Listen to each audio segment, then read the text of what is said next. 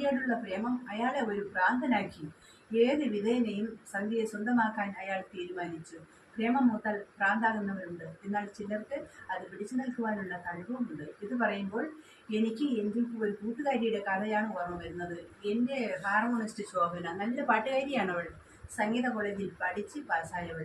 അവൾ കറുപ്പാണെങ്കിലും കാണാൻ നല്ല സുന്ദരിയാണ്. ആര് കണ്ടാലും മോഹിക്കും.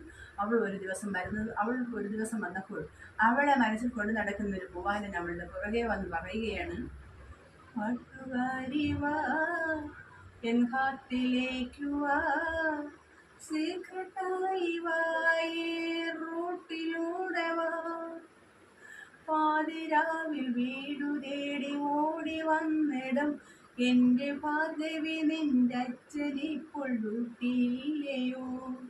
ഡ്യൂട്ടിയില്ലെന്ന് അച്ഛൻ വീട്ടിലുണ്ടെന്ന്, നമ്മെ കണ്ടുപോയാലെല്ലൊടിച്ചു പഞ്ചറാക്കുമേ. മല്ലടിച്ച് മല്ലയുദ്ധം ചെയ്ത് ജയിക്കും, നിന്റെ തന്തയുടെ എല്ലുകൾ ഞാൻ തല്ലിയൊടിക്കും. വമ്പൊടിച്ച് കൊമ്പൊടിഞ്ഞ തുമ്പിയെ പോലെ നിന്റെ അച്ഛൻ ഞൊണ്ടി ഞൊണ്ടി പോണതു ഞാൻ കണ്ടു രസിക്കും.